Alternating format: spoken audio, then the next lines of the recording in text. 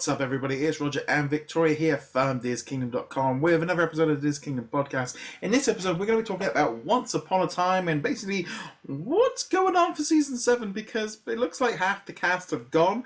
So to give you a little bit of an update on what's gone on, Jennifer Morrison, who plays Emma Swan, she is leaving. She's going to be probably doing one more episode in Season 7.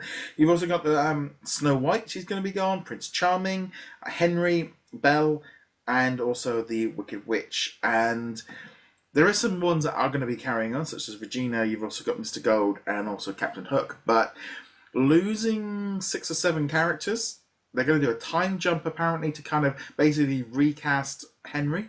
That's another thing that they're going to be doing. What was your reaction to this? I was honestly very surprised that they even renewed it for the next season. And actually, I did just find out yesterday that Mr. Gold is not returning. He's not going as well. Oh, yikes! Yes, my theory.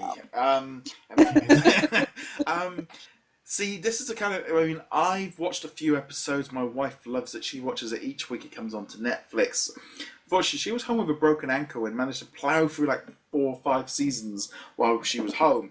So I've never been able to kind of catch up, even though I've seen here and there. So I asked her this morning, I said, well, what? And she was a bit like, well, if the longer they keep introducing new characters and stuff, it might be alright. But she was like, I don't know why they're carrying on with so many.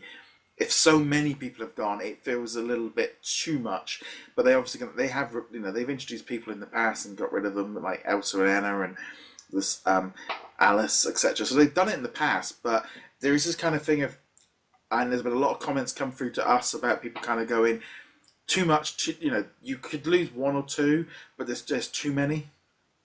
Yeah, like honestly, it was kind of like too much of a shock. I was like, okay, well, when I first saw it, I was like, okay, well, how many is going? And my roommate, who's a big fan, he was like, basically the entire cast, and I'm like, you're joking. Yeah, I mean, there's this kind of thing here. I don't. It's difficult. I think when you have a TV series that's this popular, that trying to reboot when a major cast member goes anyway is difficult.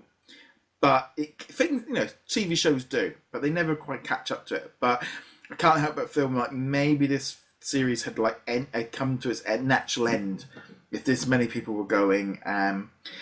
Like I said, you can lose a few characters here and there, but TV series quite often never quite hit that same thing when they've tried replacing it. And often as well, sometimes they have a tendency just to replace the character with another character exactly the same.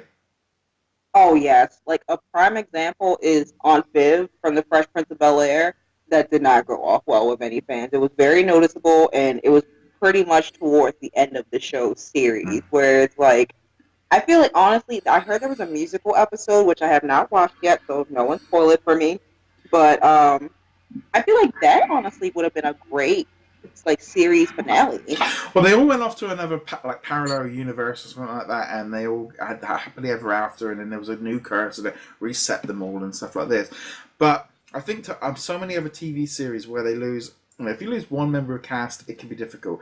There's a show, for example, Death in Paradise. It's lost its main actor 3 times. It's quite normal for the show. You kind of get used to it. But then, when you think back to things like 2.5 Men, they never recovered once Charlie Sheen left. And, there's so many of these different ones. And personally, to me, it's like, if you're taking away 5 or 6 of the characters you've known for 6 years, it's a big ask.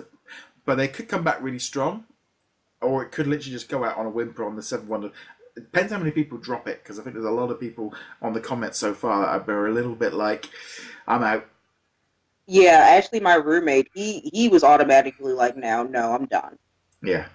I think that's always a line of that thing of, I don't know necessarily if when it's on its 7th season, you can hit the reboot button and get it. I don't think it's going to bring any new people in, and I think that's the problem. Yeah, I did hear that they weren't bringing any new people in, and I'm like, I don't know if they're doing that because some of the fans aren't open to change or what the issue is, but I don't think that's a good move. Hey, let's really hear some of the different bits and pieces here. Some of the showrunners have sort of put out a joint statement saying, each brought unique talent, incredible intelligence, and their own individual bit of magic as they gave life to these iconic characters. We can't thank them enough for the hard work, dedication, and passion that they delivered day in, day out. Without them here, there would be no Once Upon a Time. As Once continues, this group will always be the beating heart of the show.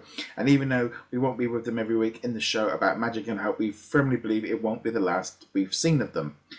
And then carried on. There are set endpoints to different stories, but this doesn't mean the new stories are for different characters. I think that there'll be the end of the season. A lot of what we've been doing over the last 6 years will be wrapped up. We were hoping in a satisfying way. Then as we move forward, you can see it. It feels like we've completed the story, and the next chapter will be completely different. Creatively, it's time to end a few stories. So it sounds like they very much along the lines of, right, we need to end these. We need to end this. But also sometimes stories can just drag on and people start losing interest.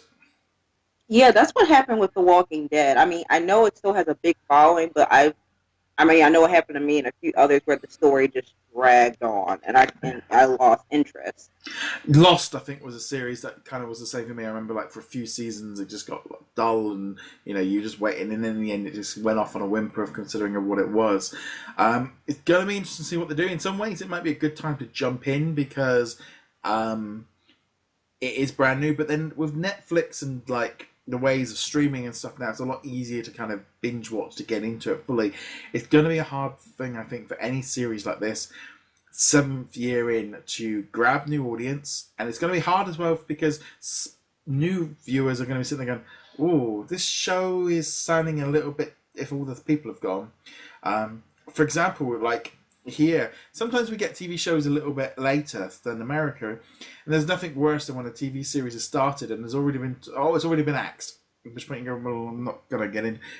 ABC have I know they just dropped The Catch, which we're only about halfway through, and I'm not even now going, okay, so the series is done. I can kind of see why, but I'm like, actually, if I didn't watch any more of these, would I really mind anymore? And it's going to be hard push, but I think Series 7 is they're really going to have to up their game to prove to people that this is worth carrying on with. Yeah, I agree. It's just going to be hard. Like, I don't know how they're going to do it. No, I mean, they've done it. I mean, I've watched some of the spin-off ones where they brought in Alice in Wonderland, and then they did an Aladdin one, and they brought in Anna and Elsa. So they have done it in the past. They could maybe bring Mulan back. I don't know. All these different characters they could do with. But then there's other princesses and stuff they could bring in. Maybe they're bringing Moana. I don't mind. There's so many different ways they could do this, but it should be interesting to see. We'd love to know what you guys think at home. You can get in touch with comments, or you can also get in touch with us on all different social media. So, Victoria, where can they find you at? You can find me on Twitter at He Calls Me PP, and Instagram He Calls Me Pineapple Princess. And you can find us over at DisKingdom.com, and we shall see you guys in another episode. Laters. Bye.